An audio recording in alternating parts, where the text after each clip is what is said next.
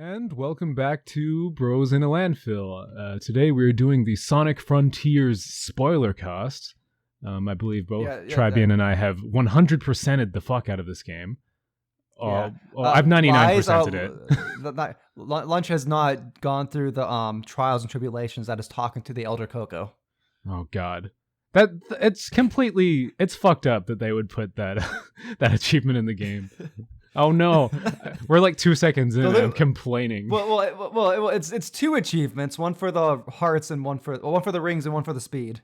That's absolutely brutal. But anyway, let's talk about We're here to the game. fuck the pain away. God damn. Yeah, let's Jesus. So where do you go from there? Yeah, I don't know. I'm a bit flustered.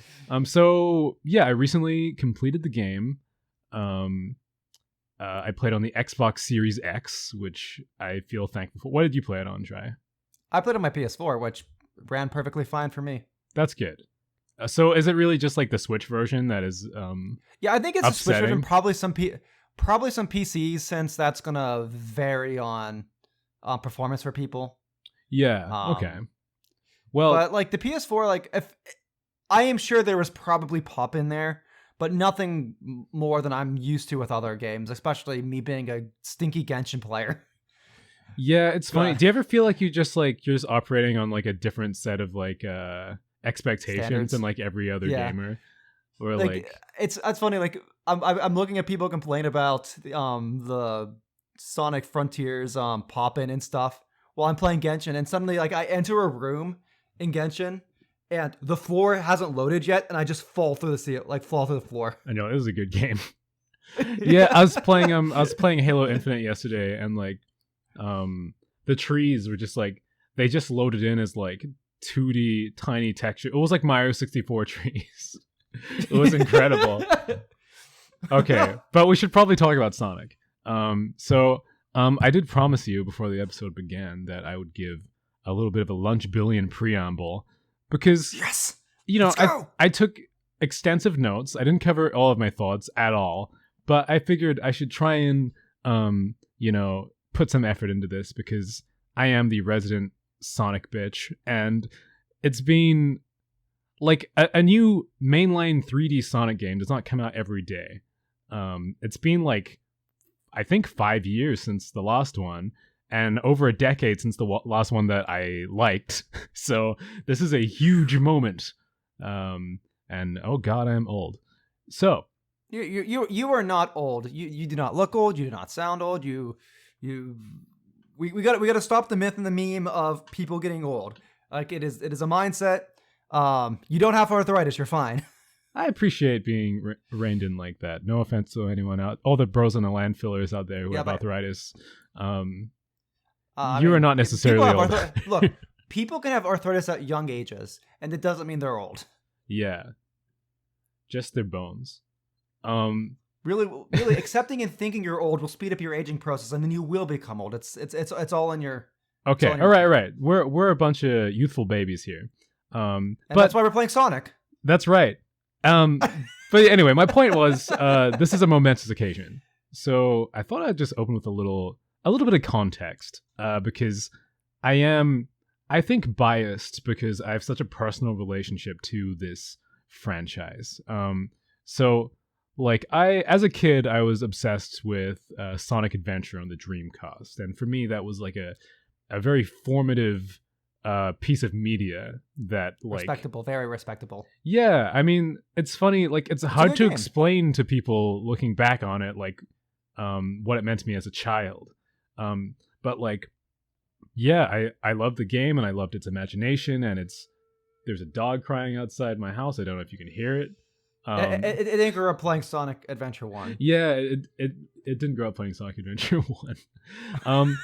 And so, like, not only did I love Sonic, but Sonic became like an outlet and a catalyst for my own budding creativity. And so, I'd draw characters, and I'd make up my own ones, and I'd like go on forums and stuff. And so I think this franchise has kind of influenced me in a profound way, in this kind of childlike way that it's hard to explain. God, this dog won't shut the fuck up. But yeah, so I love. Oh, I know. I'll put music in my headphones. I'm Yeah, I've turning been on listening the to the I've been listening fishing vibes. Big the Cat fishing vibes. I've All been right. listening to it this entire hour we've been warming up. Ah, I see. That makes sense. Right. So that's my experience with Sonic, and that's why I've been a Sonic fan my entire life.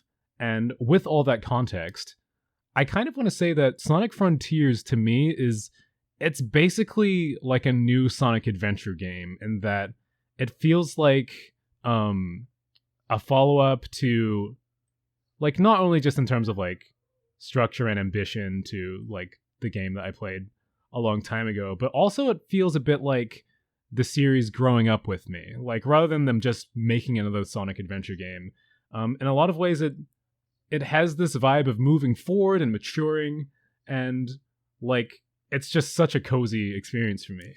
And granted, uneven and janky as hell, but As you'd it's a expect from Sonic. beautiful, and as you would expect from Sonic, but like, I don't know, it just really speaks to me. Yeah. Sorry, were you gonna say something? Yeah, no, I was actually like I had very similar feelings for given that Sonic Adventure 2 was my first Sonic game. I grew up in that 3D Sonic Mm. era. Obviously, it didn't impact me as much as it has Lunch. Probably because Adventure 2 was my first game and Adventure 1 was his first game. Totally understandable. Hashtag adventure gang.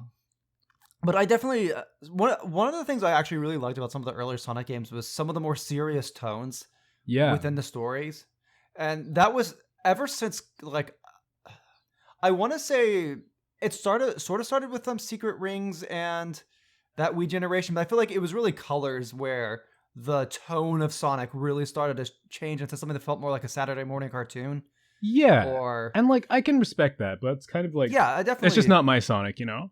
Yeah. As a it's I mean, a I'm the guy brand that's that- existed for like 30 years. I mean, I was talking with Lunch beforehand, and I'm the guy that loves Shadow the Hedgehog, so that definitely tells you where my Yeah, where your interests preferences in are. Sonic are. But like, it's just cool that like, after all these years, it feels like the series is kind of going back to what I liked about it and is like speaking to me directly. It feels like, and I think it feels like. Sorry. It feels almost simultaneously like the end of an era and the start of a new era of Sonic games. That's a great segue to the next part of my fucking preamble, which is that I think it's really like cohesive as a piece of art, in that it feels like every part of it is like acknowledging the past and moving forward into the future. It's kind of like the end of an era, but a new beginning at the same time. And pretty much every area. So like, on one hand, I'm just realizing that this list is going to involve more than two hands. So it's not a good use of language, but okay. We're an octopus. Where is your Oxford comma Lunch? Where is it? I'm so sorry. So on one hand, we've got like, there's a lot of new stuff. Like the visual style is really kind of alien, kind of Phantasy Star-esque. You've got the soundtrack has gone away from being really catchy and more like this kind of somber ambient thing. The gameplay style is like completely open and explorative instead of super linear like the other games. And so that's all really bold and awesome. And then at the same time, we still have like the nostalgic locations and ideas from the old games, like Green Hill and linear level design in the cyberspace areas. The story is exploring new things, but it also respects the past a lot.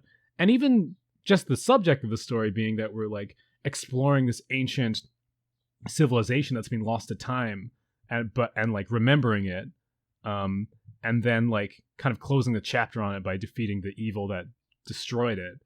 And lastly, for me, the star of this game, for me, is the character writing and how like they really respect how much history these characters have with each other, and they grow and move on in this kind of weirdly melancholy adult sort of way where, like, I've grown up with these characters and now I'm hearing Tails and Knuckles and Amy be like, hey, like, you mean a lot to me, but I need to like move on and separate from you to become my own person. And you're like, fuck. Yeah. It's so cool. It really feels like Sonic's kind of exiting that like high school grad school sort of era, and like like really like even like all the characters are feeling a lot more independent and Yeah. like very self-reflective.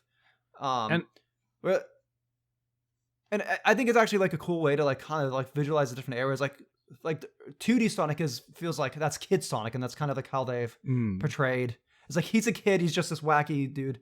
Adventure's yeah. kind of like the Adventure era is kind of like the early teens, like kind Yeah. of like the edgy punk, A and little then tryhard, but yeah, and then growing like up. and then the colors time is that like near like late high school where it's like you stop like you're kind of like in that I don't give too much of a shit or too much of a care. I'm just having fun. Kind of mellowing out, Uh, and like yeah, being willing to enjoy your childhood stuff again. Um, yeah, but yeah, there's this kind of like feeling of letting go, and it's like maybe it's just the old, buildings of the old civilization that are empty now, and like bringing closure to like the ghosts of the past, and then like it's well, so. I just think it's a really yeah. beautiful game. Yeah, I think there's a lot of really like good like theming there, like having the story itself like be about like the lore of the Chaos Emeralds and closing a chapter mm, like there in the lore, while simultaneously having Sonic and his friends like maturing through this story, mm. all till they get to this final boss, which is called the end, and Yeah. it feels like we've closed a book in the Sonic chronology, Yeah. and we're ready for the next chapter in Sonic's life. Yeah, and the next chapter in Sonic's life is Devil May Cry apparently. And I'm You know kind what? of I here am for okay it. with that. Yeah, yeah, I'm here yeah. for it. Um it's amazing, like, cuz after the previous, big games in the series, like there's been a lot of people have called the last 10 years or so of Sonic as the meta era. And there's a lot of like hubbub about that term, but I kind of understand is in that like it's felt like a franchise that doesn't really know what to do and is sort of relying on nostalgia tropes and like just kind of spinning its wheels. And I especially felt that in Sonic Forces, which Well, I don't know, it just well, felt like their heart wasn't in it. It's this kind of weird well, rushed it's a thing. well, it's the sort of thing with Forces is like where Forces is kind of just does the generations thing again, of like, oh, we have a bunch Mm. of reused stage, and yes, Frontiers does that, but it feels more, at least for me, it feels more meaningful in Frontiers, and it's more worked into the story. Where in Forces, it just like the nostalgia stages just feel hacked in there. I mean, I guess the same thing with Lost World, where they just had like space 3D versions of like Green Hill.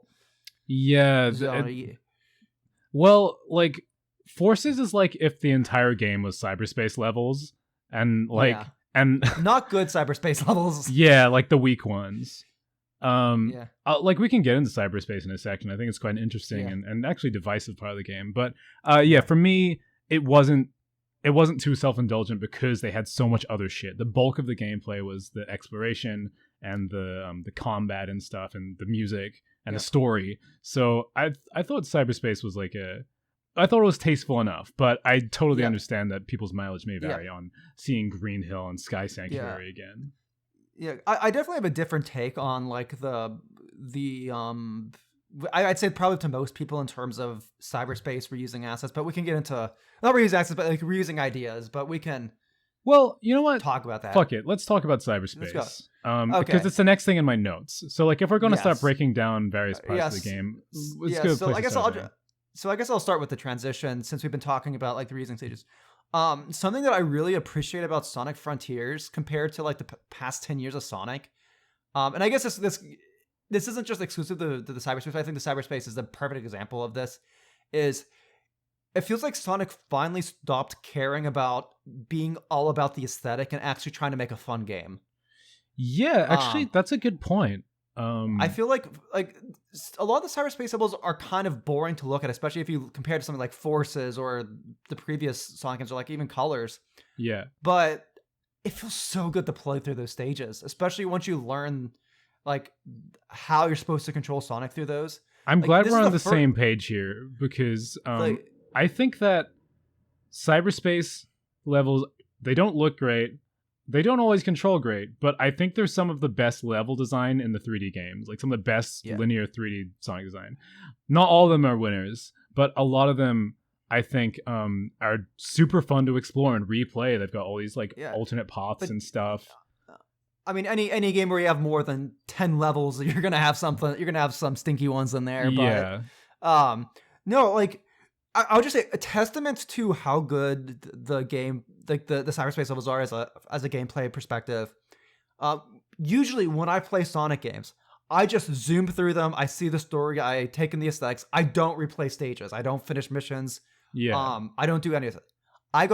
I finished all the missions and all the cyberspaces, and I loved every second of it. Like Right. even Well, like 1-1, like even 1-1 and 1-2, which are incredibly tight time wise yeah, to that finish. was so weird. I really wanted the rest of the levels to be as hard or similar in difficulty to those two because it was really fun. Yeah. Because like, you know, there was always the ability to replay stages and do missions in Sonic games, but because it's brought into the core progression of getting the Chaos Emerald keys, and because they let you know which ones you got as soon as you finish a level, the framing is just such a better incentive to do it. And they make restarting and replaying the stages so easy, especially with how bite-sized they yeah, are. yeah, that's true. Where previous like generations of Sonic, like previous years of Sonics or whatever, it's like Forces or whatever, they can take 5 minutes to play through a stage, especially if you're not playing it optimally and you're not boosting through it. Oh yeah, this is actually a pet peeve I have about Mania, which is like up there with my favorite Sonic games. The levels are so fucking long. It's really refreshing to just have like a minute or at max like 2 minutes to like try and hone in on a level. Yeah. Well, because like it's fun because there's multiple paths and like multiple abilities. I had a lot of fun trying to figure out how to optimize my route through the level. And because like, yeah, normally if I'm going to replay a Sonic level, it's still just kind of aimless. I'm just kind of looking at the sights and be like, this is pretty. But yeah, they can't rely on like a cool scene where you outrun an orca in these levels because they're just made out of like tiles. So and while we're at it, like I saw some people complaining about how the homing attack is slow in this game. I loved it because I didn't notice any, like, this is the best homing attack has ever felt for me in a Sonic game. Well, I think it's always clear like where it's gonna go, and like the range is generous. But the thing about it is that like, especially as I noticed this in 1-1 and 1-2, is that homing attacking was not optimal a lot of the time. Yeah, the boost is what you want to use. So like, but even then, like with the boost, like that is hard to control. You have to time when you're doing it appropriately. And unlike the previous Sonic games, you can't boost in the air. It's just it's a singular air dash. Like, yeah, so I really love how like the homing attack, the issue with it in other games is that it's kind of a mindless activity because you can just press a button and that's optimal and that's what you do. But in some of these levels, the enemies are more like a distraction, you know, that like they ruin your time if you try and get them. So I really enjoyed like trying to always stomping to make sure I hit the ground in time. And but the other side of that too is because of the way that the homing attack is, like, it's so clear what you're gonna hit. You can also use that for sequence breaking through the stage and jump over sections much quicker. Yeah. In certain stages, which makes it feel more impactful rather than just like, oh, I'm just zooming through and bopping through. Yeah, I was way more engaged with like when I was choosing to or choosing not to homing attack, and like that's like Sonic's signature ability other than the boost in these games, and so it's really nice to see it given a bit more depth. I mean, like, I'm not gonna say these levels are extremely deep, but like there's something to mine out of them. And yeah, the fact that they look as boring as they do speaks to like, well, like the fact that I enjoyed them so much, even though they're reused assets, just proves that like they're pretty well designed for the most part. My favorite ones were the ones that were kind of reusing like adventure sets, but like changing them a little bit. Like there's that one rail level in the Green Hill aesthetic that is reminiscent of Shadow's rail stage from Adventure 2, and it's so much fun. There's so many places you can go and things to see. I would actually say, like, I feel like the more reused assets of the stages like also made it a lot easier just to focus on the gameplay. Where I think I think the distractions not only like in previous Sonic games not only are like unnaturally extend the game, but it's very easy for them, at least for me, to like take myself out of what I'm doing because I'm looking at the pretty sights rather Mm, than meaningfully and thoughtfully engaging with the game. Where everything like in the cyberspace levels being a bit drabber meant I mm. could just focus on Sonic and what I'm doing. The music's quite vibey as well. Like it feels like music that you can just listen to over and over as you're like retrying and retrying the stage. And so that's another thing that like got me into that sort of game face kind of like sit up in my chair kind of zone. And I did appreciate that those stages did not reuse the themes from the old games. Like it was Yeah. like completely new music as far as I can tell. Man, that Yeah. 1-2 song is less like Oh, it that's loops burned into so my well. brain. It's so good. Yeah, like and the fact that you're sitting there playing through that song, like that stage, like numerous times, listening to the song, and it doesn't get old. Yeah, no, Like, that's an achievement. yeah, So yeah, I think the last thing I'll say about this is just that someone kind of already mentioned. I wish the average difficulty of the challenges was higher. I think that yeah. No, the hard time, it was quite disappointing when I'd go through a level and I was like, that was fun. Oh, but I can't wait to optimize this and this, and then see that I already beat the S rank by like 20 seconds. yeah, I'm like, okay, well then, fuck. yeah, Um, yeah. Yeah. Unfortunately, like that's like one of my I think one of my biggest gripes in the game is just how easy the whole game is. But I can't. I don't feel like I can.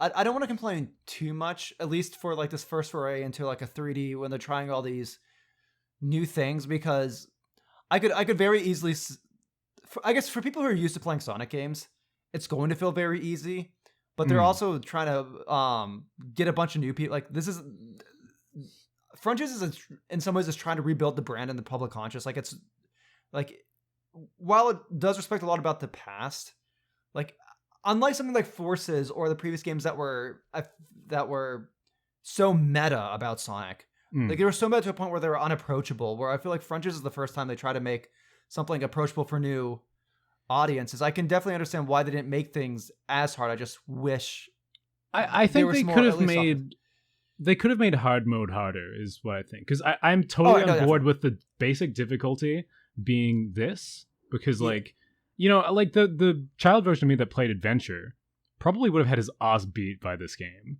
Like, yeah.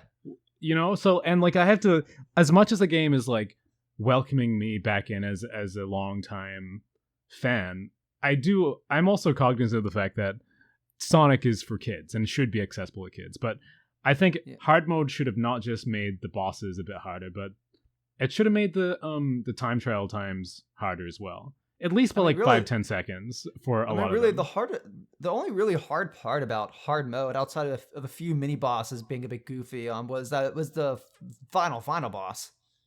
Yeah, I'm sure we'll Um, get to that in a little bit. yeah, but yeah, But yeah, I would if they came out with an updated like extreme difficulty for Frontiers, I would absolutely play through it. yeah, I think I could. I mean, probably not right away, but Oh if yeah, they put that, I would do another playthrough in time. I'd wait At till I get some a point in the PS5 next first. 5 years. I want to play the game 60 FPS on a PS5. That's what I'll do in the next time I play through the game. But I definitely want to True. at least, if they don't release an extreme mode, I might do like a full level 1 playthrough of the game just to get the full. Hmm. Because if you're going, I mean, even if you're going into like the final boss stuff, like after you've like maxed your level out because you're doing the trophies, like it's like every enemy becomes a joke. Like probably like once you're past level 50 in the game. Oh yeah, I mean you're way ahead of me in stats, I think. So that sounds interesting. Okay, well then, what should we move on to next? So we've done the cyberspace. So should we just talk about the general open world design? It feels like that is like Yeah. the meat and potatoes of the game. Yeah, I mean that's probably the most important thing about the game. It's like you're gonna live or die on how you feel about the open world. Yeah, like cyberspace levels, like if you don't like them, you could still like the game in general, but if you don't like the open world, I think you might be fucked. Yeah. So this will not be a surprise to any of you listening, but I really liked it. Yeah. For a lot of reasons. So I think often I struggle with games like this in terms of like being an open world, kind of like pick up items and stuff. Um, like for instance, I don't really like Mario Odyssey very much. I respect it, but something about its design, it just feels too aimless to me, and I get FOMO, and I just want to run around and get everything. Yeah, I know. I understand that feeling. Yeah. And late game Breath of the Wild, once you have a lot of abilities, I felt similarly about, where I started going into checklist mode. But something about Frontiers, I think there's a few things that mitigate those issues for me. One is that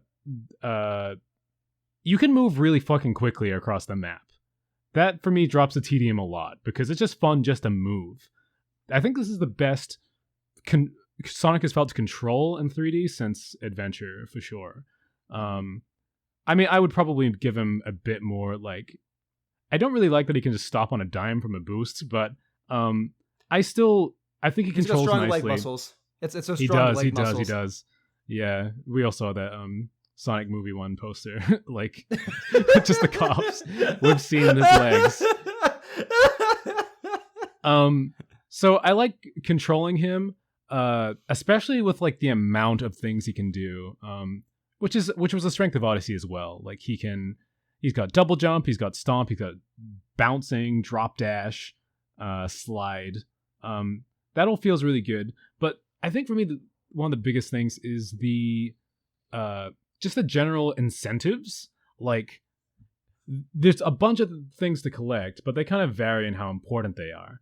And like we were talking before we started recording about how like not everything in the game is like really recorded as a thing that is like an important stat. Like for example, there is like a shit ton of memory tokens you have to unlock to progress the story, but the game doesn't make you get all of them. In fact, it often regenerates them, so like you don't. Yeah, it stops you from trying to get every single thing, right? So I mean, like, they're just there to have fun exploring and to get them, but they don't make you feel like you're missing out if you don't get all of them.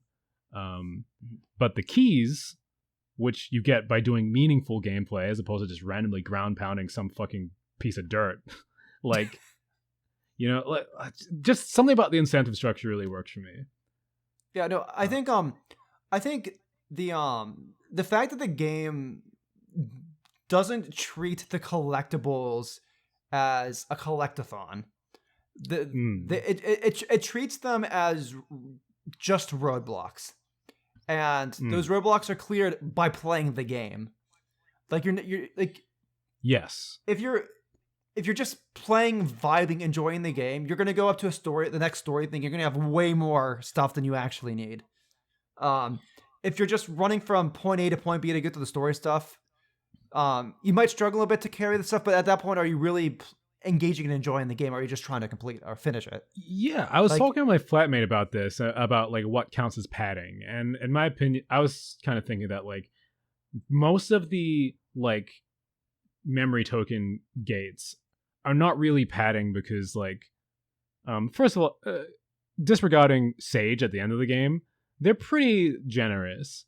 But the other thing is that like you have to do the core gameplay for just like a reasonable amount of time to get enough resources. And even then, like if you don't like the core gameplay, you can just run over to the fishing mini game and do that for like 10 minutes. Yeah, so there's ways around it. But yeah, I guess I never felt like I was having my time wasted too much.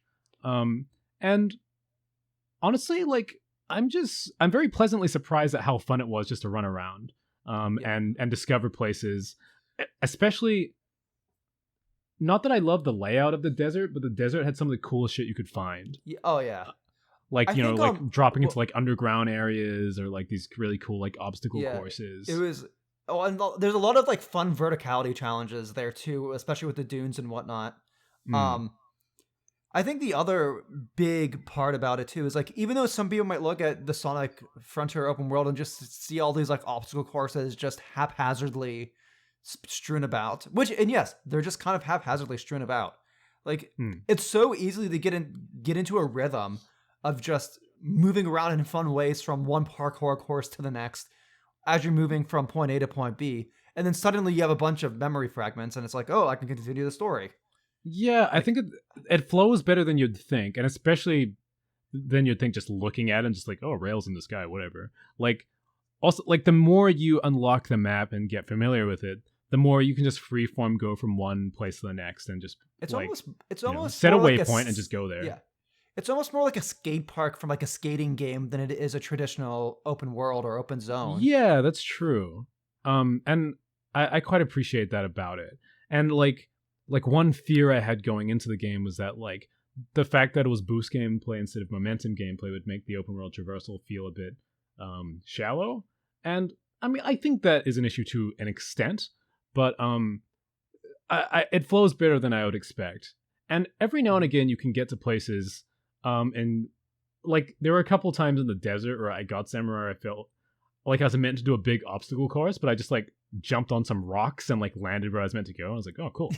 And I felt really rewarded for that. Yeah. Even though it was janky as hell because, it's an open game. Or when you use one obstacle course to jump onto something else on another obstacle course to sequence break that. Yeah, so there's lots. It's surprisingly satisfying. It's not the kind of thing that I can do forever, like without interruption, but I thought that the cyberspace levels and especially the plot were like gave me reasonable breaks in between. Yeah. Right. Well, I feel like I've said everything I want to say about that. Yeah. Other than like there are some really beautiful areas to look at. And it's just a vibe just to be there. Well, I guess if we're talking about the open world, do you want to transition over to the mini bosses since they're also strewn about that? Sure. I guess we can just talk about combat as a whole. Yeah. So this is definitely one of the things that feels like is one of the most unexpected new developments from this game. Like, it's one thing that takes on gameplay open world, but like the actual like action game combat, I thought was a really interesting decision. Mm-hmm. I mean, you can fucking parry in this game, which is that's insane. I can't. It makes sense for Sonic since he's so fast. Of course, he should be able to parry people, but it's not something I think you'd initially like think for the character. I love the ridiculous fucking power creep this game introduces Sonic as a character. He's just fucking like shooting Key Blast. He's like fucking punching Colossi. You're like, oh fuck yeah. Well, and I think in the context of this, like kind of like being a cyberspace world, it adds a bit of context where it somewhat makes sense. That there can be like a little bit leeway in terms of the stuff that Sonic could normally do. Oh yeah, just but they're gonna carry cyber energy. Yeah, but they're gonna carry this shit over to the next game, and it's not even gonna be in a cyberspace. It's gonna be like running around City Escape open world, and you're just like shooting key balls out of your hands. Just fully embracing the Goku meme. But like the fun thing about it is that it feels good to do these moves, and I think that's the most important part about it. You know how earlier you were talking about these cyberspace levels, how like they don't rely on like epic bombastic scenes because like they're just like reusing assets.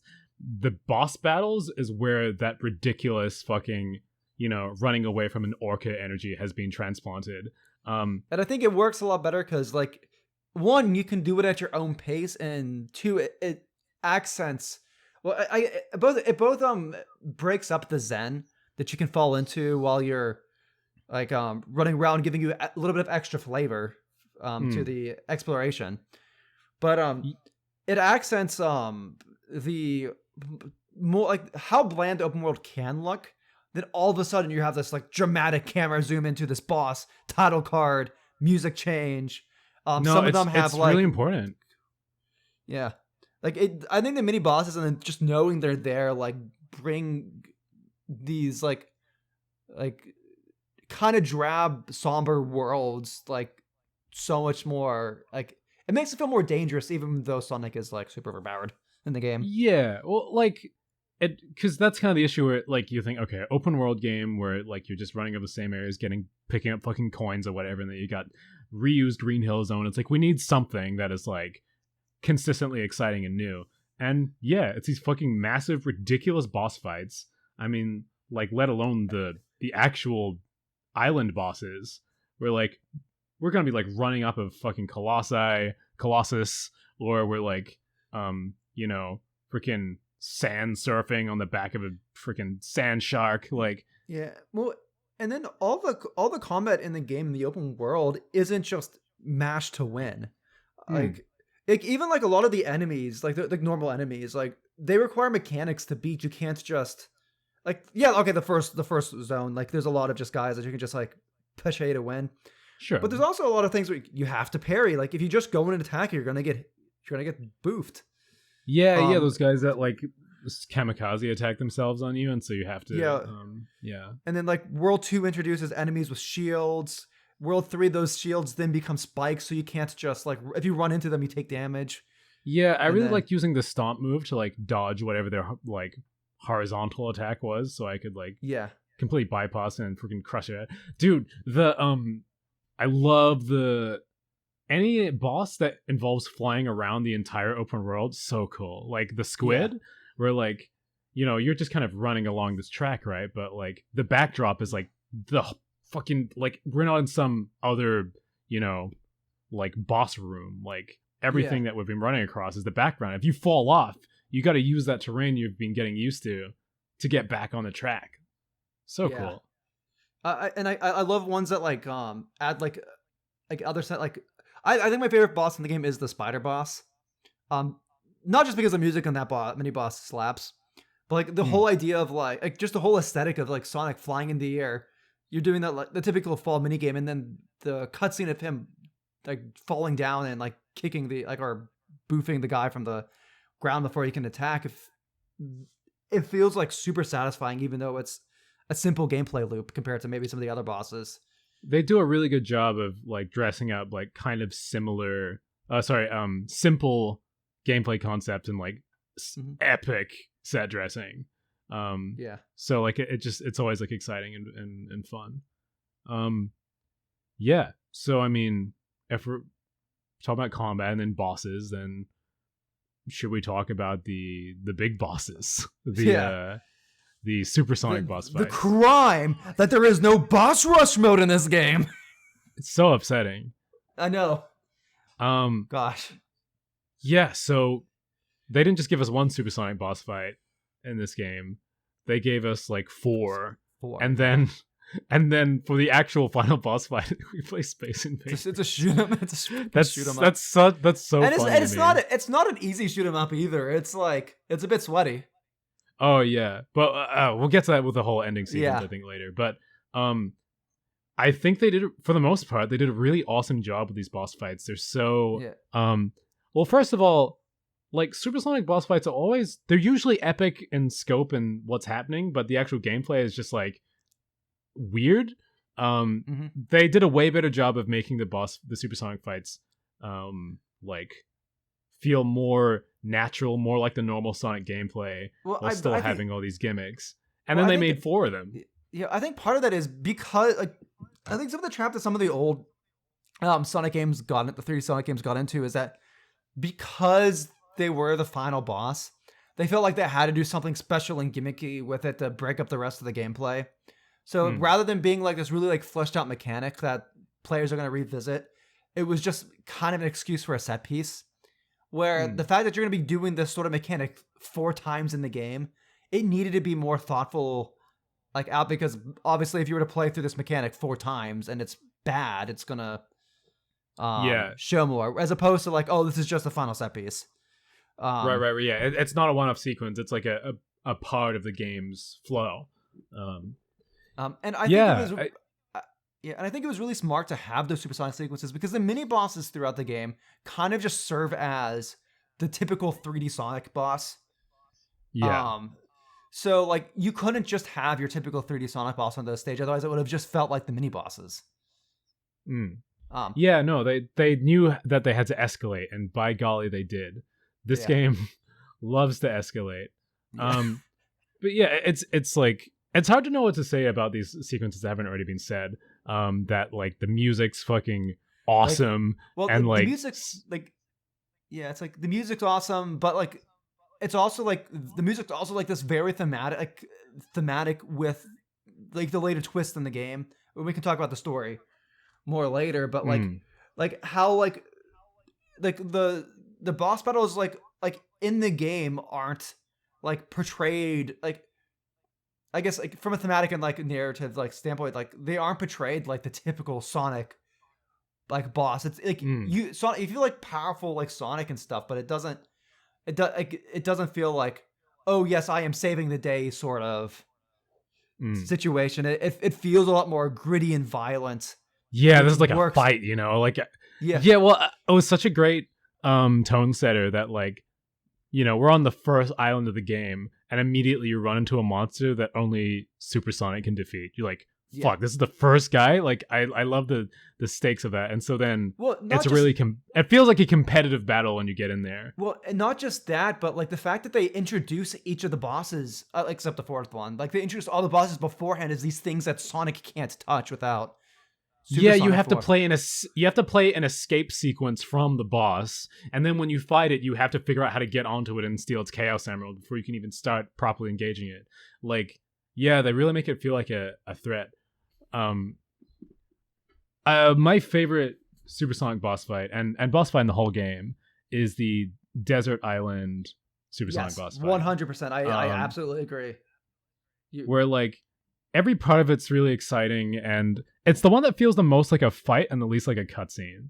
yes, Because I like it's agree. really fun chasing after it, but I loved realizing that I can parry the missiles. Yes, And so like you have all these different options and like ways of dealing damage.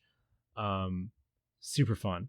Uh, and I love how like they put you on like the last part of the boss, and then like you have to do the fishing mini game QTE, and you're like, oh fuck, don't fuck this up now, and so like you're on the edge of your seat until it's finally put in the ground. it's like all the practice fishing finally pays off. Yeah. Well, I have to admit, the first time I fought that boss, I like my brain just didn't register what's happening, and you instantly die if you miss that. By the Actually, way, like I I kind of like want to like one of my criticisms. I think some I don't know if it's just the PS4 version or if it's my controller. Some of those QTEs are kind of poorly weird, especially the button mash ones. So I'm used to going into games. If you do when you do button mashes, typically speaking, it doesn't matter if you hit anything else. It just matters you hit the square button really fast. So you mm, position your fingers to just like hit the button as fast as you can. I had mm. multiple instances, especially specifically on that boss, where I actually had to intentionally hit the button slower because hitting too fast was triggering other buttons and making me fail. Really? Yeah, Maybe that is a like a 30 FPS yeah, thing. I didn't have it any might issues be. like that. But like I'm I like mean, I had to like sit there going like and it filled up, but like that's weird. You want to be mashing the fuck out of the button at that moment. That's a shame. yeah, Um, right. Okay. Well, I figured I have more to say, but like, it's like, what can you say? It's right there, man. Like, it's, yeah, um, I love that part where Sonic steals that Titan sword, and it's like a million times bigger than he yeah. And is. then like all the And then he, comments on and then all the comments on the song like on YouTube are all about like Sonic Final Fantasy. oh yeah, yeah. That's actually a great point. Are you talking about that like that Newgrounds shit from Yeah, back in the day? Because like, yeah, the Dragon Ball Z influence, like, it feels really right. That's part of I think why it spoke to me as like a 2000 Sonic fan, because when you went online and looked at fan content, it was all like fucking Sonic like shooting Kamehamehas and stuff. Like it was that kind of well, that was how people were connecting to it. in some ways, like Colors onwards, Sonic stopped being a badass. He was just kind of like the cool friend that saved the day. Where like, Yeah, or it's like Sonic, he kicks butt in this game. like it's like we go from Sonic and the Black Knight, where it's like epic Sonic sword wielding. Like I didn't play Black Knight, but like I kind of want to play Black Knight still. But like even like fucking seven like Sonic and the Seven Rings is like metal as fuck, and then Yeah. Colors was like a super like brand change. I think it was really refreshing at the time, but Yes. them keeping that aesthetic for over a decade was like And then you had Sonic Boom on the side. It was yeah. like, which made it feel even more. It's like it's like Colors came out. I'm like, oh cool, I really like this. This is a good Sonic game, especially after like seven. Like I like Seven Rings a lot, but it's a bad game. Yeah. It's a bad game. So it's good to be back with the Yeah. epic scale stuff, which I think is a good segue into the plot. And probably by talking about the plot, we'll get into other stuff. So, I mean, if you really care about plot spoilers and you've listened to all the previous spoilers up to now, like, I guess this is where you turn off. Right, we technically haven't spoiled too much up Yeah. until now, other than just basic, gameplay stuff. Because I mean, being very granular, going through the systems. It's probably one of our this most is all being, structured like- podcasts ever. I mean, is this Bros in a Landfill or Sonic fans talk about a Sonic game? Yeah, this is what is it? Sisters in a Clean Place? I don't know. Yeah. So let's get on to the story. Sisters in a Sanatorium. I wish I had taken notes for. That's amazing. I wish I had taken notes for this part of the podcast because this is one of the things I am most in love with about the game. So the writer on this game is Ian Flynn, and he's done most of the writing for the Sonic comics for the past forever. And I am a huge fan of his work. I listen to his podcast where he just answers Sonic fan questions and talks about his like writing process and stuff. And I was quite excited to hear that he's going to be on this game, but like it was a bit unclear like to what extent and like how much control he would have. And I think given the restrictions of the gameplay loop and the dev cycle and everything, I think he knocked it out of the park. And he's not the only reason why the story is great. The animation is really good. The voice actors are killing it, but it really feels like an Ian Flynn Sonic story, like brought to life. And I mentioned in the opening preamble, but just the general kind of tone and the kind of melancholy of it is really amazing. Like, not only are the characters written in these really layered, full-bodied ways that like respect their past, but like the story's not afraid to just do some serious shit and not try and undercut it with a joke or like I mean, throughout the game we've got this kind of mystery of like what is this island and what are the Cocos, and like I was really shocked when we got to that first scene where like you watch the Cocos sort of like pass on. Yeah, that was kind of like a shock. Like, I wasn't ready for that, but like it's not just that they passed on; it's that they pass on, but the Coco like dolls are still smiling, like narratively indicating that this is a good thing to be happy about, even though like. And Sonic and Amy are like, what just happened? Like, they died. Like, what the hell's going on? And they have these such complicated feelings about it. It's such a good tone setter. And just like the fact that then it has that impact on Amy afterwards, where she's like, they like died like being together, and like I need to, share my love with the world while I'm alive. Can we just take a moment to just appreciate how good Amy is written in this? She's so lovely, man. Because like every single game beforehand, she comes in and she's just the like I mean I know there's Amy fans out there that like her, but the way that she's usually written in the game, like written in the stories, whether it's in some of the animes or the games, is she kind of just serves as the overdoting fangirl of Sonic that's an impediment. Like this is like the first time I've really seen Amy as someone who hasn't read the comics and doesn't know all the lore on that front. Like, this is the first time I've seen Amy and I'm like, I care about this person that's an anthropomorphic hedgehog pink thing. Yeah, no, she's really likable and really like has a big heart, and she's the sentimental one, and like she's the least brash, and I like how Sonic doesn't like he shows a softer side with her. Like he meets her where she's at, like and it like really, when he's with Knuckles, he's like got all that belligerent kind of teasing going on, but with Amy, he's like he reins it in. And I thought that was cool. And that like really leads, I feel, to like a lot of the maturity that Sonic and crew have been ridden with in this game. And you mentioned the voice acting earlier. I know some people have complained about the direction of Sonic's voicing in the game. I think it works perfectly for like this arc. This is the best he's ever sounded. Yeah, like I think like I don't think this voice would have worked for like maybe like Adventure but like this feels like Sonic's hitting his early mid-20s. And like right, because he's grown up a little bit. It's perfect. Yeah, it fits with the no, all the voice actors are like have reined their voices in Well, like, and are going a bit more just kind of natural with it.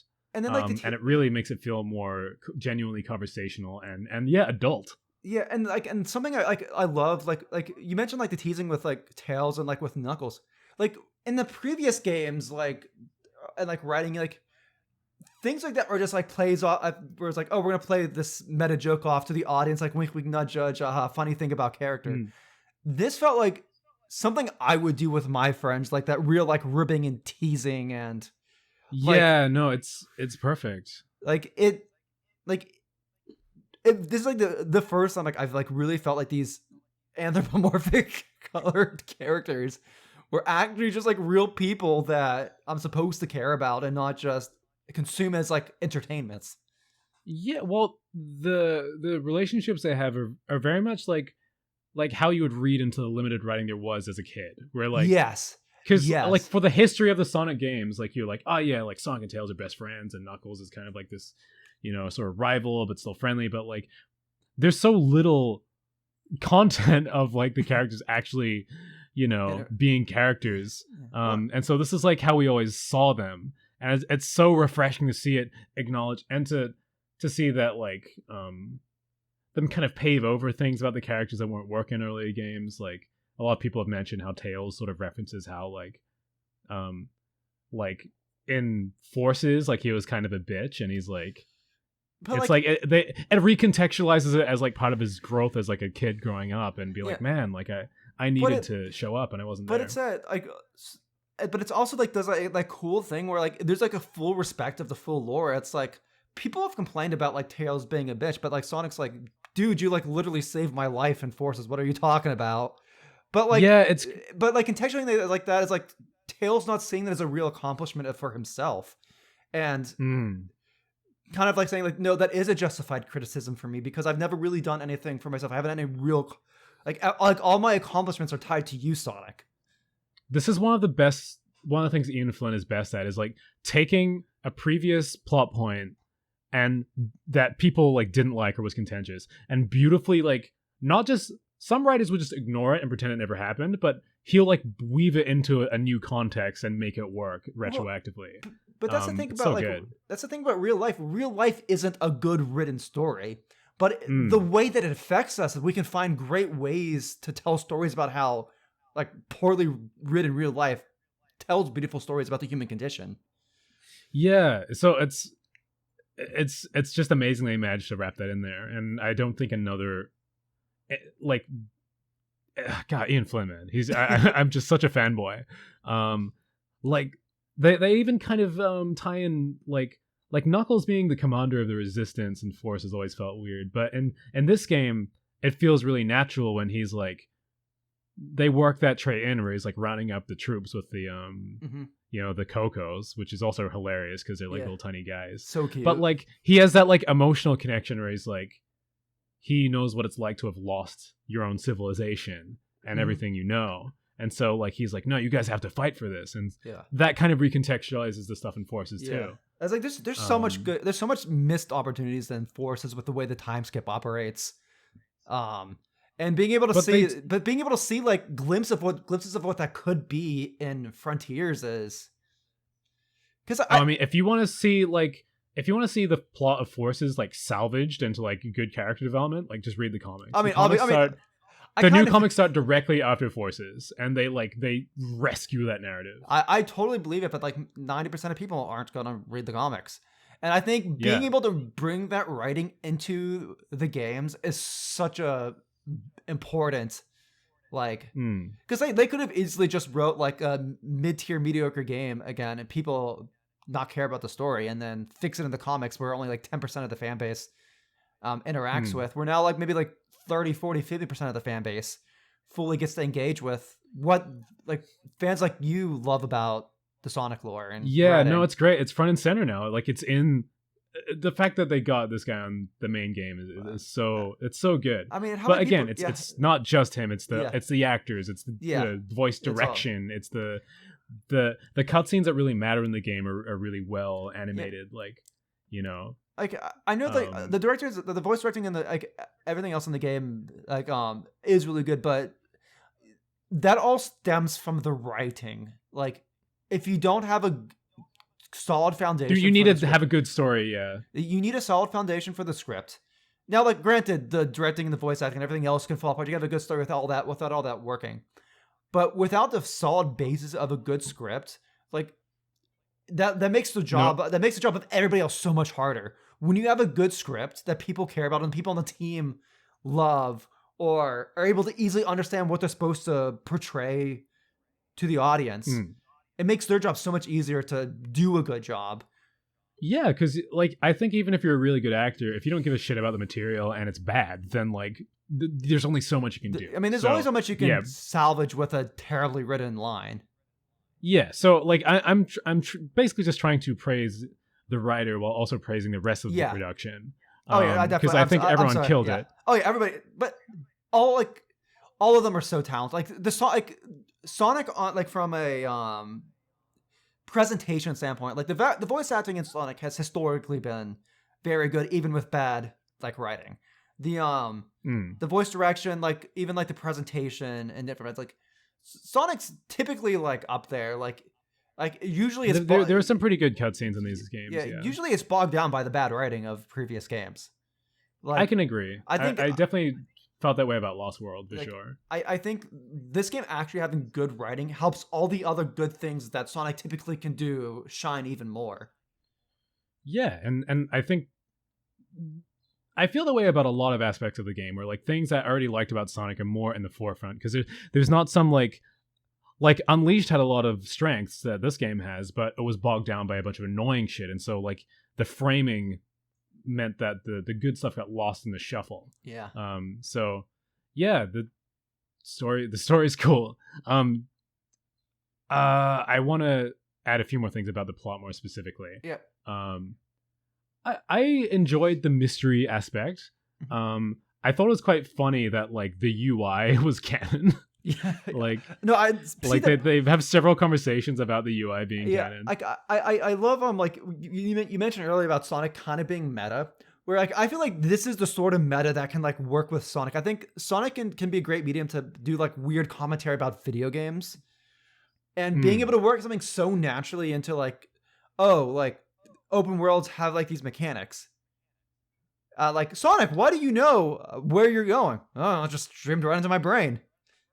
Yeah, they turn it into like oh, so like this is how the ancient civilization communicated with each other. They could like they had this brain link and stuff, and like it's ultimately I think the gameplay loop, like the systems, are great for the opening act of the mystery solving, and then as it goes on, I think that part weakens a bit because it can't really progress that much. Mm-hmm. But the character at that point, the characters are selling it. Yeah.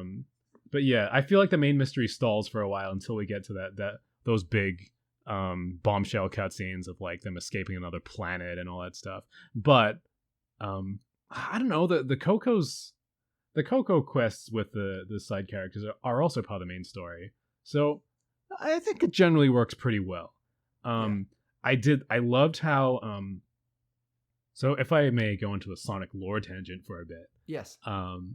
One thing that I kind of have as a bit of a criticism of Sonic lore is that they do a lot of adding new shit instead of building on old things. So like they'll be like, oh, here's this completely new civilization, and here's a Deadly Six. There's these new guys, they're called the Zeti, they're on another planet, it has nothing to do with anything else we've seen.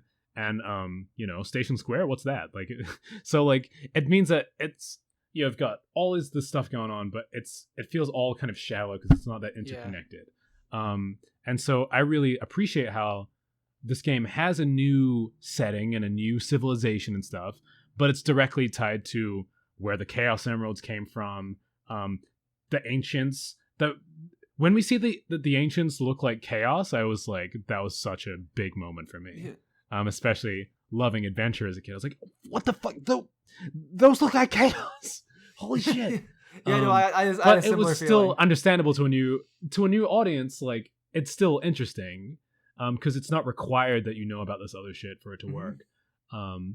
But I don't know. I it feels like the Sonic world is like an interconnected place with history. Well, Um, I think in general, like even just having from a lore perspective, like establishing that these Chaos Emeralds came from a different planet, and then also establishing at the same time that the Master Emerald was already on Earth at that time as well, sets up. I think it builds it in a way where there's more to build off of and more to explore in the future, rather than like making like hard cutoffs of like, okay, this is the Sonic backstory, everybody. yeah, Because because you could easily make a disappointing origin to the Emeralds, but in this case, they honestly raised bigger questions. yes, And it's fun to think about in that way. It's like, how come the Chaos Emeralds and the Master Emeralds are on different planets? What was the implication? yeah. Um, And then, also, well, then it raises the implication: are there other emeralds out there on other planets? yeah, for sure, for sure. Like, is this just like a thing across the galaxy? And speaking of which, I, I'm sure some people will think this is a bit of a paper thin enemy, and probably fair enough. But just the idea that there is this fucking cosmic force that just like fucking obliterates, genocides entire planets, Yeah. and has been around for like millennia, Well, is fucking terrifying. Wait, well, and it definitely feels like I know it's kind of paper thin, but the end feels a lot more like some sort of more thematic force of nature villain rather than the conniving like like Sonic has a lot of like great character villains, but I don't feel like that's what this game needed. And I think in some ways the end works as a really good like thematic, both a thematic point of like the end of a chapter, but also the start of a new beginning. But like, I mean, I don't know if it's just me. I think it raises a lot more. It's one of those cases where like it raises a lot more questions and possibilities about the universe because it's such a rather than just Sonic has had a history of like Eggman just creating another bad guy out of something, or Yeah, it's like, oh shit, the universe is bigger and scarier than we thought. I like that. and it's like Because, and I agree that it wouldn't have really worked to be like a very personal villain, because like I often have this problem with open world games that like if the core gameplay is very ponderous and very like just chill, ambient kind of exploration, then like it's hard to establish a personal connection with a villain because they're absent. So like I feel like what's more important here is less like who the villain is and more the fact that like we're finishing the business of the ancients, that like they all died sacrificing themselves trying to stop this great evil, and now we get to close the chapter for it. But I think the other half of that too is that I think while the end isn't like this personality, like maybe like Infinite or like the Deadly Six or whatever, Yeah. In some ways it's actually like for what the game was going through, probably like one of the most personal villains in the series, considering that the end essentially uses Sonic throughout the game to free it. Like, yeah, that's true. I like that moment, that reveal of like, oh, okay, so like it's being fucking like it's using me, that motherfucker. Yeah, like and also just the kind of the dual reveal that like, oh, so like Sage wanted us to get the fuck out because like if we went through with all this, it was going to let out the great evil. Mm-hmm. And I think there's something like, I think the closest thing we've had to something, a villain like this in Sonic, was Dark Gaia in Unleashed, where it's just kind of like a force of evil. But in that game, Dark Gaia is just like this, like it's like you start the game up, Dark Gaia is like creating all these monsters. You know you're gonna beat it at the end. It doesn't really have Unleashed doesn't have the tone to pull off a really scary villain. Yeah. Like, yeah, like this game has some darkness to it. I think that helps. Yeah. And also, Dark Gaia is more like it's a force of nature because it's like part of the status quo of the universe that it like, you know, destroys itself and begins anew. But like the end is actually fucking evil and malevolent and like wants to destroy. But I think what's actually really cool about the end, and like what's really interesting, is it kind of serves both roles, where in some ways the end is like part of the status quo of like the universe in the sense that everything has to come to an end at some point. It's kind of like this like malevolent being that exists, that it had to have existed, like it had to have come from somewhere, and currently, as we know, it exists as a kind of like this force of nature that exists in the universe, similar to how Dark Gaia and the Gaia stuff like is like this reincarnation system for like the Earth. The end is this force that comes and brings closure and end to like civilizations in the like in worlds. It's not evil because like actually I think one of the coolest things is all the dialogue in that final boss fight, where it's just like stating things matter of factly of it being trapped, of it like it's not like saying I want to destroy everything. It's like, this is my purpose. This is like this civilization trapped me. I will bring an end to everything. He's very like, I kind of wish it was it wasn't over like the airport intercom. Yeah. I thought the dialogue was a little bit unclear, but I got the gist. You definitely need subtitles on for that fight. It's a very Mass Effect moment. I don't know if you played the original Mass Effect games. No, I haven't. Okay, it was kind of, it was cute for me because that whole monologue is very similar to a similar concept and moment in Mass Effect. And I love Mass Effect, so I was just like, oh, it's like a Sonic version. I believe it. Of this, but yeah. So I guess if we're to wrap up the story talk, with an entirely new topic, Sage and Eggman is a big through line in this game. Yeah, like I've got mixed feelings over Sage overall. I like Sage a lot. I think Sage works compared to previous stuff we've had in Sonic games. I think Sage is definitely up there as one of the more interesting villains. Maybe not necessarily conceptually, but I think Sage's writing, combined with the writing of the rest of the game, like really stands up. Where I think previously Sonic's had like these antagonist characters in the past who were really cool concepts, but just handled so poorly. Like I feel for every Infinite fan out there.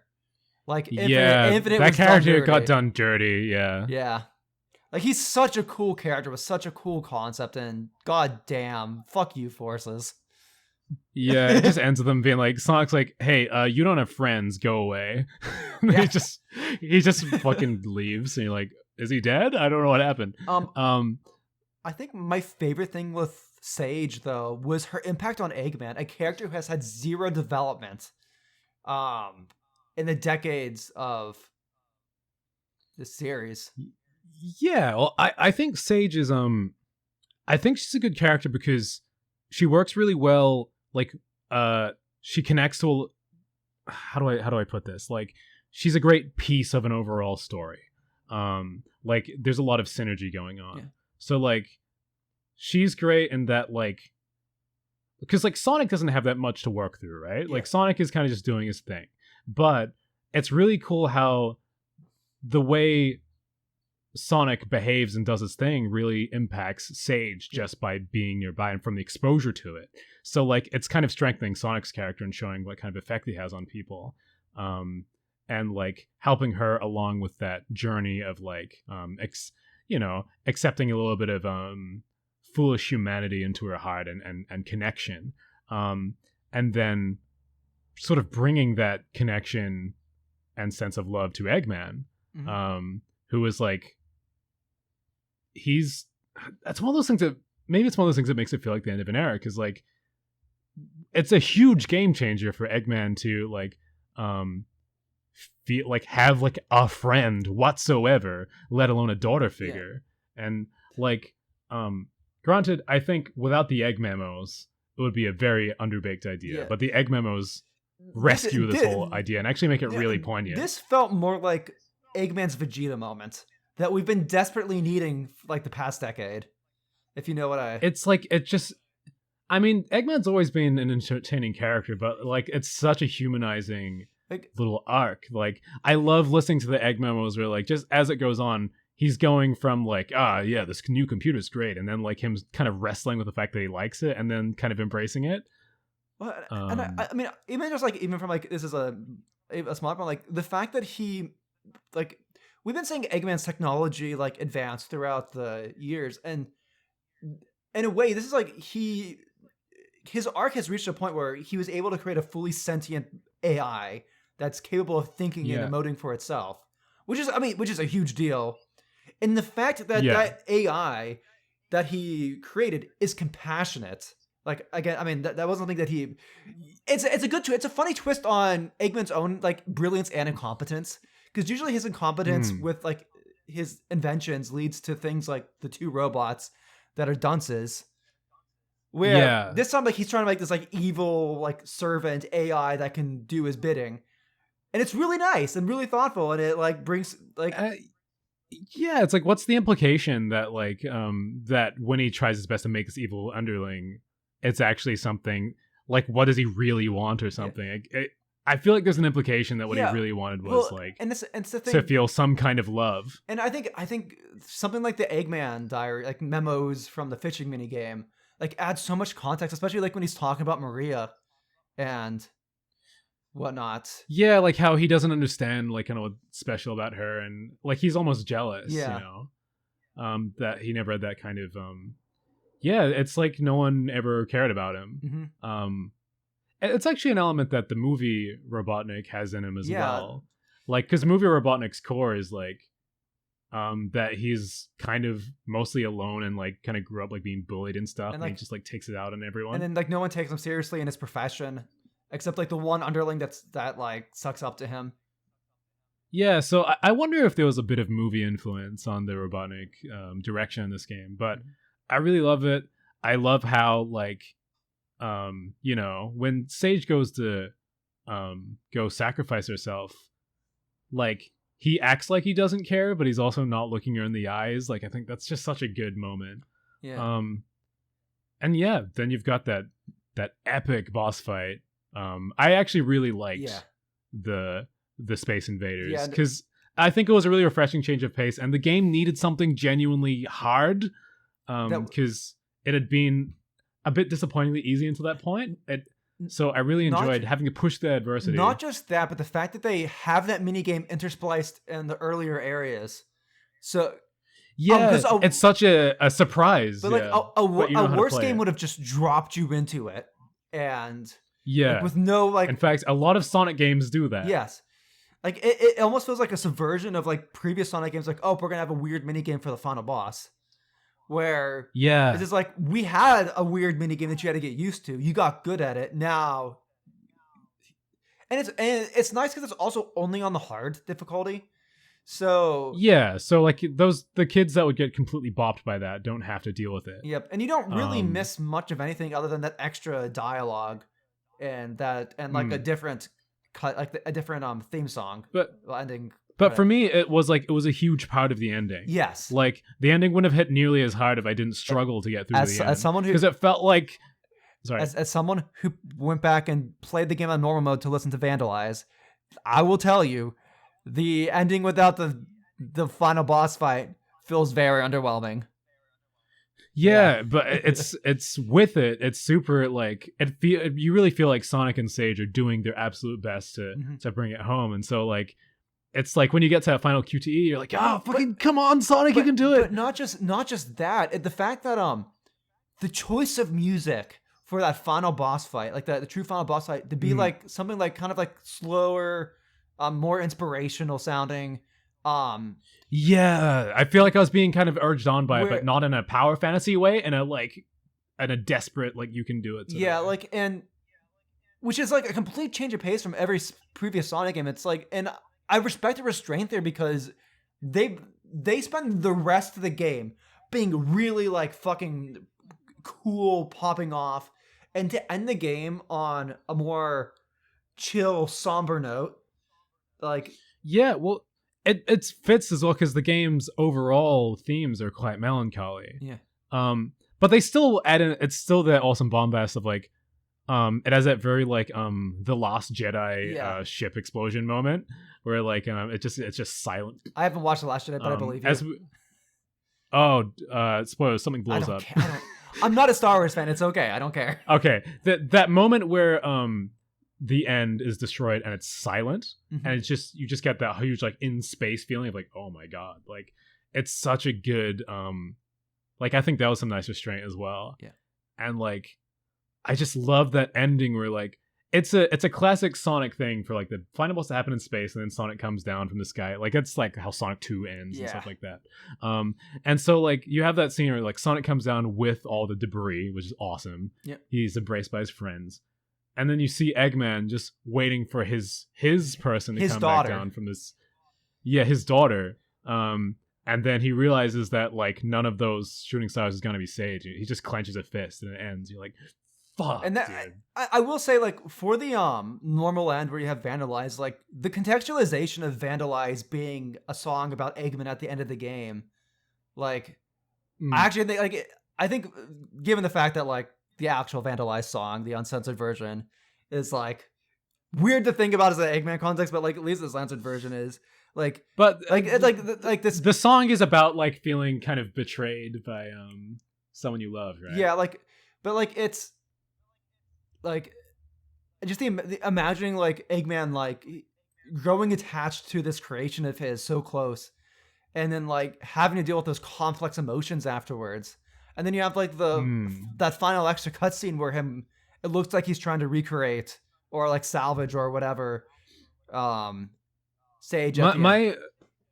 My interpretation of that final scene is that so like cyberspace is kind of made from your memories, right? Yeah. And so like Sonic can go there to like see like his past adventures and stuff. So and the ancients made it to keep a hold of what they lost and to like have all their old knowledge. So I kind of figured Eggman was going into cyberspace to create a Sage out of His memories. Yeah, because he loves her. So I think to say that Sage is like it's clearly not the same Sage to me. Yeah. It's because Sage fucking blew up in the sky. Oh yeah, obviously. But it's like it's a new computer program or whatever. I don't know. I thought that was really cool. I do love after the first song that plays in the credits, it's like I loved how it was so on the nose that my adult self was like, this is pretty funny that there's absolutely no subtlety. Yeah. But the child part of me was like heartbroken and really in there in the moment. Yeah, and I think Sonic's at its best, I think, for me when it's towing that line where it's like kind of daring me to be a kid. Yeah, like I will say, like listening to the song out of context is really hard to listen to, but like listening to it after that final cutscene, like it does hit different. After that big fight, no, it for me it's borderline, but for me it really works. Yeah. And like I played most of this game with my girlfriend with me who also likes Sonic, who's who doesn't like Sonic, and so. My dad likes Sonic. He watches the Sonic movies with me. Hell yeah. It was really cool to finish the game and like be there with someone who also was really invested in the story and like share, because you know, like when you watch like a good movie with like your partner, like there's just something special about that. Yep. And so it was just cool. Like, I don't know, we were just like, the gut punch, but it was so beautiful. And yeah, no, Eggman's just got to try and carry on somehow.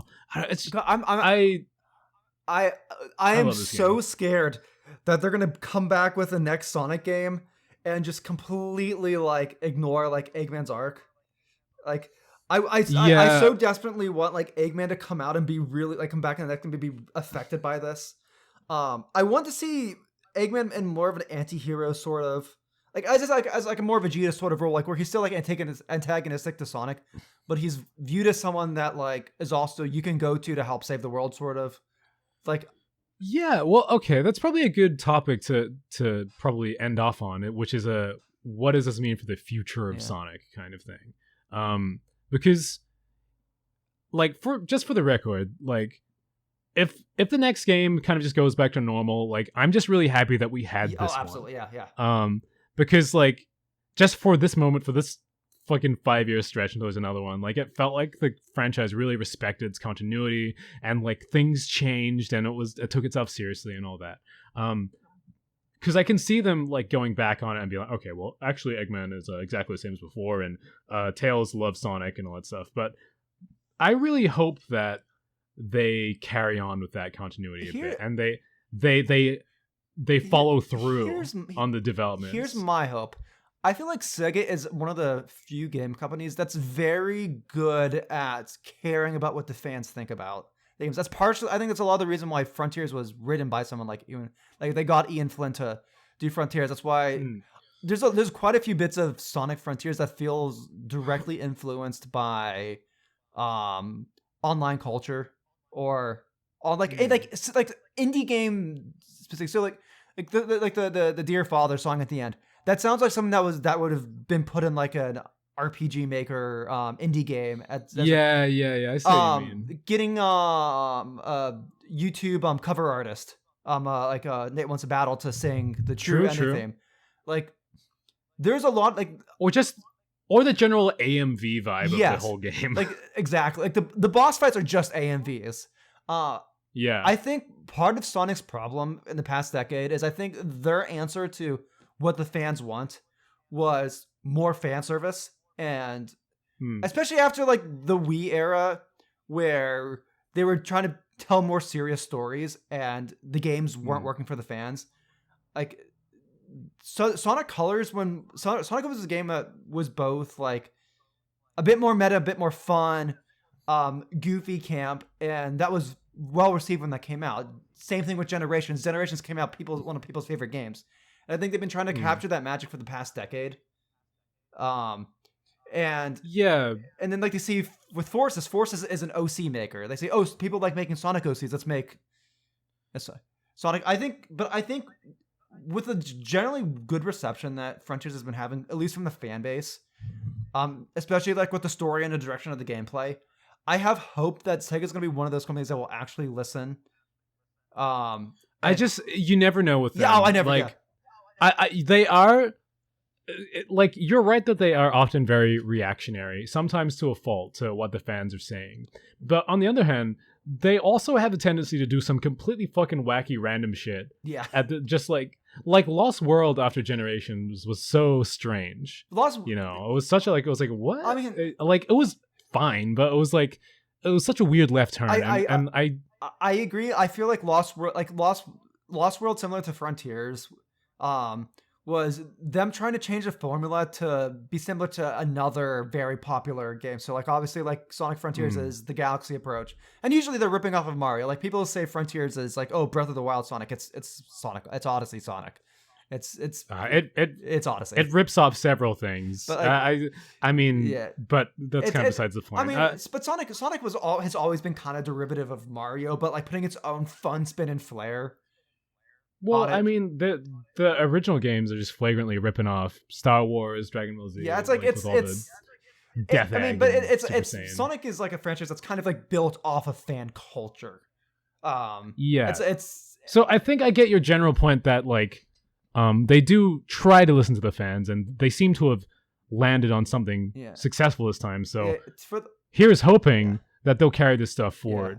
You know, if they do take the lessons, like I'm happy for them to do another kind of explorative open world game. I would love it if they kept Ian Flynn and the general like story direction. And I'd love to see like if they're going to develop Eggman like that, then it would make sense to respect that and maybe have a new villain or have something interesting going on with Eggman's inner conflict. I'd love to see them follow up on Tails becoming more of his own man. I definitely Knuckles like kind of exploring more. And I want to see the other characters going through this maturity too. I mean, even just like there are a lot of characters that could use this kind of love. Even just like characters like Big the Cat. Like he's in this game, he has very few lines, but like he feels more mature in this game and less like a joke character compared to like. I mean, he's used tastefully. Yeah, he's like. Just like, but like him being in this game with this tone, like kind of, I feel like changed my perception of my relationship with him in the game compared to like in this game, he's a bit more like a, instead of just being this goofy character, there's a surreal aspect to Big in this game where you're like, So where like the whole plot is everyone's trapped in cyberspace and like they can't get out. Sonic goes in there and finds Big, who apparently just goes there to go fishing, has no idea what the fuck is going on. And it I love raises that. the question if that's actually Big or if that's Big based off of Sonic's memories because he's inside one of those. Oh, you're a fucking genius. It's possible. It's very possible. But I think I have hope. Like I don't necessarily have hope specifically for the writing because that's always you never know who they're gonna put on as a writer. But I'd say at the very least we can expect something close to like a Frontiers 2 in the next game. Given they put all these years and money into this engine, the next game's going to be more than likely built off this engine to some degree. I don't see them going backwards, unless if like without like Frontiers completely flopping. I don't see them like going backwards and doing another, like Forces style. I just have no idea what it's gonna look like because I'll honestly be pretty pleasantly surprised if they do follow up on this game like narrative like it feels like they could do anything. Like it is like an ending and a beginning this game, so like I really feel like it's all up in the air. It's anybody's guess. I wouldn't be surprised if the next game is more full open world or less zones but bigger zones. Yeah, like I could see them going more lighthearted with a plot again well, as long as they and as long as they respect the previous game and don't walk over it. I think that's fine. I'd like to see them in the next game integrate the So actually, this is something that I wanted to I was thinking about before the podcast. I want to bring up something I really really liked. Is how in some of those areas where you're going to get the Chaos Emeralds, those were basically just like Sonic Adventure 2 stages. Where you have like these like where like they're integrated into the open world. But there are these separated zones where you're doing like these parkour challenges, and it's 3D platforming as Sonic to get to a specific area.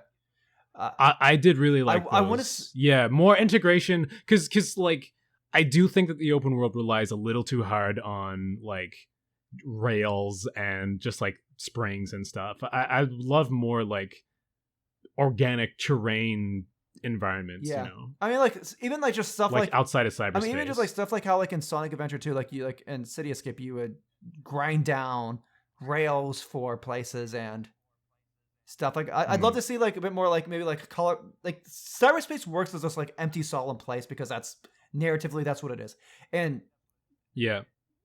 obviously, I kind of think the game was written expecting those to be like kind of like they knew what their limitations were going to be for those areas, and they wrote a story around that, which is brilliant. That's what you need to do if you have limitations. Like work it into your narrative. No, it's creative. I want to see if they work out the engine a bit more, work out some of those kinks, make a more alive feeling world, so that it doesn't feel like just like Frontiers 2. I want. Yeah, that's the thing. They actually a lot of this game is very connected to its exact concept with the writing and the plot and everything, the cyber shit. Like, yeah, if they don't make a new game that feels different, they're gonna have to populate the world. They're gonna have to something I would like is if like they're not gonna be able to justify the puzzles in the same format for sure. I think I would love it if we had a few more mechanics that were like for the open world but more like movement based, like, you know, like there's like some of the cyberspace levels, or maybe only one or two, have like a skateboard. Like let us have like a skating downhill section challenge or something, you know, like, but in the open world. Stuff like that could be cool. But yeah, honestly, it could be a hard game to follow up on. If I had two big like requests for the next game, one of them would be have a little more movement freedom. The final island in Frontiers is a lot has a bit more like free verticality, more walls you can climb on. Give us more of that. I think that'd be cool. So not everywhere is just like a rail shortcut. Make the drop dash a bit more useful, even though it is still fun. At least it has a drop dash. But yeah, I mean, it's quite fun to use in certain contexts. But yeah, so that kind of thing. But the other big thing is it's pretty simple. It's called Let Us Be Knuckles, for the love of God. Yeah, I think how fun would it be to glide around and climb up all the walls? See, but you're talking to the guy that told you earlier he didn't like the Knuckles and Bruise stages. No, but the thing is, I know what you mean. The controlling Knuckles is cool. It's the shit that make you do that's Yeah. annoying. And I think Knuckles is a lot more fun in Adventure 1 where you don't have to solve riddles. That's true. I just think that could really work. I guess the tough thing, thinking about other characters, is how to integrate them so they're not just mini games.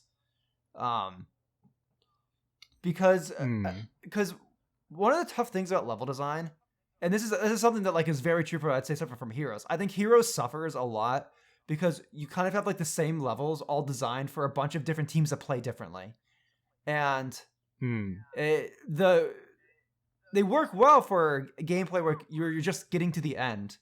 But for like the characters, like, oh, go find these things in this stage that's like a linear stage. And then in terms of like a game that like Frontiers, which is basically Sonic Skateboard parkour simulator, that looks great for a character who moves around fast, does a lot of like grinding and stuff naturally.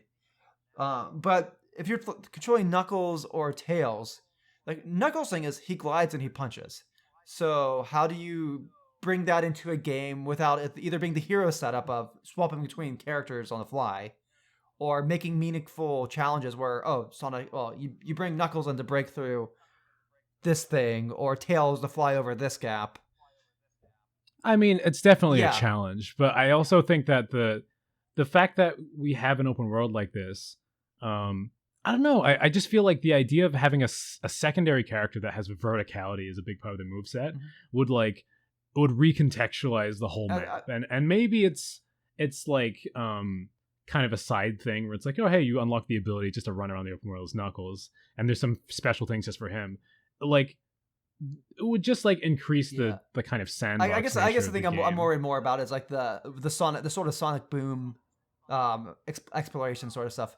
But I could definitely see like maybe like the other characters working similar to how power-ups worked in like some like of the old like PS1 64 era games where it's like where you'll unlock the character, and by unlocking that character you can go to different places. I mean, I should mention that like Frontiers is already ridiculously high scope. There's so many things going on. They modeled and animated how many fish? Like, and even and like tires? with the game as it is. And tires. And to be honest, the game could have used a few more months in the oven. Like, it is already glitchy. There's weird stuff like Sage not having her own memory token. We're like, what the fuck happened there? Like, so I understand it's a big ask to get a functional secondary character, but or like my favorite one where like the marker for the pinball game task doesn't go away after you complete it. Yeah. That was dude, that fucked with me. The Knuckles quest where that one Knuckles side quest is, or not side quest, but Coco quest, we have to like stack them, is so hilariously broken. I like fell through the floor. Nice. But yeah, I don't know. I just would like to be another character. I don't care if they just animation swap Shadow. To be honest, I'll just fucking. I think at least maybe like with characters like Shadow and Silver, they'd control similarly enough to Sonic where they could function with the rest of the game, but like just have a few different abilities rather than like a paradigm shifting. Which I think could be really cool for like things like expanding combat, or like maybe like specific zones in the game where you have to play as them. Yeah. Yeah. That's probably one of the things that would so something interesting. Just we should probably wrap this up soon. Yeah. But something really interesting is that Iizuka, the like director of this franchise, said in an interview a while back that the game he would like to make after Frontiers is Sonic Adventure 3. Which insane that he would say that publicly and just casually in an interview like it was no big deal. I was like, what? And one of the things that's interesting things about that question is, what would it even mean to make Adventure 3 at this point? Dude. But one of those things would be multiple characters. Dude. Frontiers is the Arceus of Sonic. Yeah, it is. Dude, it is Sonic Legends Arceus. It is lore. Like it focuses on the lore of the series. It's got a new open gameplay style. It is very you can make a strong argument that a lot of Sonic Frontiers feels like a tech demo. Yeah. But it's a great tech. It's a fantastic tech demo. Like, I think it stands on its own. But Yeah, they could bring some of these ideas back into Like, Adventure like 3. and there is real game development reasons to make a separate use a separate title to build a new engine. So Yeah. they have this engine now. I think a Sonic Adventure 3 could play wonderfully with I mean, this I would engine. love to see it. I mean, like I spent the entire opening talking about. I mean, I love Sonic Yeah. Adventure and like Dreamcast Sonic. I'm curious what Adventure 3 even means at this point, other than a title, because like I feel like technically we've had Adventure 3 in different forms. I mean, Frontiers But definitely kind of feels like it could have been Adventure like 3 or 4. yeah, honestly, I think '06 is Adventure 3. I think Unleashed is arguably Adventure 4, I think and Frontiers could be Adventure 5. it only counts as Adventure if you control multiple characters. I think the Werehog is arguably another character. You got me there. But that's Yeah. your mileage may vary. If you don't play as Knuckles, it's not Adventure. Yeah, and then you have Crush 40 in it. Yeah. I want to see Crush. But yeah, if they make a new game and they call it Sonic Adventure 3, like I'm gonna pop off. Yeah, I definitely don't see them getting like. I'd be surprised if like they get like big name people like Kellen Quinn or One OK Rock to return. Like I don't. That must have been. I don't know how difficult it was to be able to organize all that for this game, especially with licensing. I don't know, man. Because like I know like One OK Rock's probably not a name that like a lot of people recognize in the U.S., but that's like one of the biggest Japanese and international rock bands.